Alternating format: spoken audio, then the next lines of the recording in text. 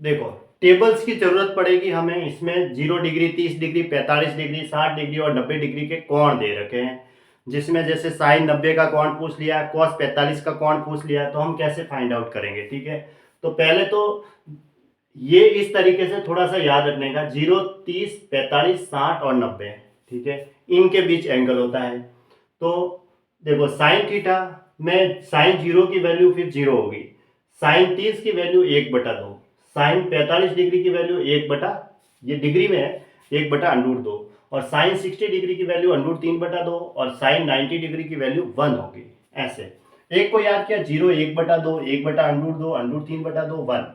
अब मैं कहूँ साइन 60 की वैल्यू, तो साइन 60 डिग्री की वैल्यू क्या होगी? √3/2, साइन के अंदर 60 डिग्री यहाँ है। साइन 45 डिग्री की कहूँ तो 1/√2। कॉस थीटा क्या होगा? इसको उल्टा लिख लो, एक यहाँ आ गया, √3/2, 1/√2, 1/2 और 0 को पीछे लिख दो। अब मैं कहूँ कॉस 45 की वैल्यू क्या होगी? तो कॉस 45 डिग्री की वैल्यू 1/√2। दोनों की वैल्यू सेम ही होती है, साइन 45 की और कॉस 45 डिग्री की। ठीक है, अब टेन थीटा क्या होता है? टेन थीटा होता है साइन थीटा बटा कोस थीटा। तो इसके अंदर हम भाग देंगे, 0 में 1 का भाग देंगे तो 0, 1/2 में इसका भाग देंगे √3/2 का, तो 2 से 2 कटेगा तो 1/√3 आ जाएगा। इसके में इसका भाग देंगे तो ये पूरा का पूरा कटेगा तो यहाँ 1 आ जाएगा। √3/2 में 1/2 का भाग देंगे तो 2 से 2 कटेगा तो 1 √3/1 यानी कि √3। और 0 का भाग देंगे, जब भी 0 का भाग देंगे 1 में तो अनंत हो जाता है। 0 का भाग देते हैं किसी संख्या में तो वो अनंत हो जाती है। ठीक है, जैसे 1 के अंदर 0 का भाग देंगे तो अनंत। अब कॉट थीटा क्या होता है? टेन थीटा का उल्टा होता है। तो या तो ये यहां से ऐसे लिख लो, या फिर इसी को उल्टा कर दो। टेन थीटा, कॉट थीटा क्या? टेन थीटा का उल्टा। 0/1 है तो 1/0 होगा तो अनंत, इसका उल्टा कर दो, √3/1 तो √3 आ जाएगा। 1 का उल्टा तो 1 ही होता है, 1/1 कहो तो 1/1 कहोगे वापस 1 ही आएगा। √3 के नीचे कुछ नहीं है तो ये कहते 1/√3 उल्टा हो जाएगा। और अनंत को हम क्या लिख सकते हैं? 0। यूं जैसे ये, या फिर इसको यहाँ लिखा, ये लिखा यहाँ, फिर ये और ये लास्ट में, ये भी तरीका है। ठीक है, अब सेक थीटा, सेक थीटा होता है 1/cos थीटा, cos थीटा का उल्टा। cos थीटा का उल्टा, 1 का उल्टा तो 1 ही, √3/2 का उल्टा 2/√3, 1/√2 का उल्टा √2/1 यानी कि √2, 1/2 का उल्टा 2 और 0 का उल्टा अनंत, क्योंकि 0/1 है तो 1/0 करते ही भाग देते ही अनंत आएगी वैल्यू। फिर आता है कॉसेक थीटा, कॉसेक थीटा होता है साइन थीटा का उल्टा। साइन थीटा का उल्टा करो, ठीक है, साइन थीटा का उल्टा, 0 का उल्टा तो अनंत, 1/2 का उल्टा 2/1 यानी 2, 1/√2 का उल्टा √2 हो गया, √3/2 का उल्टा 2/√3, 1 का उल्टा 1, ऐसे।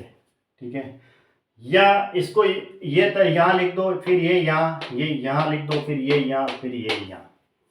तीन तो आपको याद होनी चाहिए, फिर हम निकाल सकते हैं।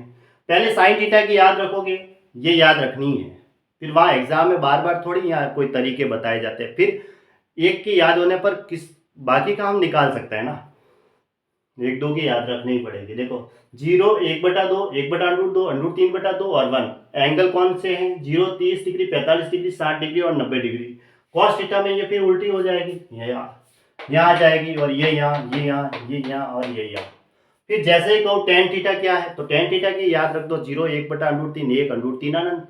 और अगर याद नहीं रख पाते हैं तो फिर उल्टा करना पड़ेगा, टेन थीटा बराबर साइन थीटा बटा कॉस थीटा होता है। तो मैं कहूँ टेन 45 की वैल्यू क्या होगी? तो दोनों की वैल्यू याद रखनी पड़ेगी, क्योंकि साइन थीटा बटा कॉस थीटा करेंगे तो दोनों कट जाएंगे तो एक आ जाएगा, ऐसे। इसलिए इसको भी याद रखना है। तीन याद रख दी।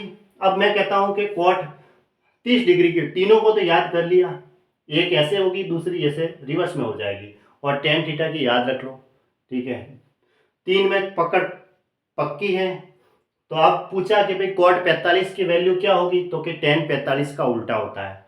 टेन 45 की वैल्यू 1 ही होती है तो कॉट 45 की वैल्यू भी 1 ही हुई। फिर तो अगर मैं कॉट 60 डिग्री की वैल्यू पूछूं तो टेन 60 की उल्टी होती है, तो टेन 60 का √3 होता है तो 1/√3 हो जाएगा, ऐसे। सेक 45 का पूछूं तो सेक 45 होता है 1/cos 45। cos 45 की वैल्यू क्या होती है? 1/√2, उसका उल्टा कर दो √2, ऐसे। इस तरीके से याद रख सकते हैं हम। सेक 60 की वैल्यू निकालनी है तो कि 1 अपॉन cos 60 होती है। cos 60 की वैल्यू कितनी है 1/2, तो 1/2 का उल्टा 2/1 यानी 2, ऐसे भी याद रख सकते हैं। ठीक है, तो ये 3 आप पे पकड़ मजबूत होने पर हम तीनों की आगे बना भी सकते हैं, याद भी रख सकते हैं। ठीक है, जैसे अगर मैंने पूछा सेक 30 की वैल्यू क्या होगी, सेक 30 की वैल्यू, तो 1/cos 30 होती है। cos 30 की वैल्यू √3/2 है, उसका उल्टा कर दो 2/√3। अगर मैं पूछूं कि cosec 60 की वैल्यू क्या होगी, cosec 60 की वैल्यू तो 1/sin 60 डिग्री होती है। sin 60 डिग्री की वैल्यू है √3/2, उसका उल्टा कर दो 2/√3, ये आ गया ऐसे। ठीक है,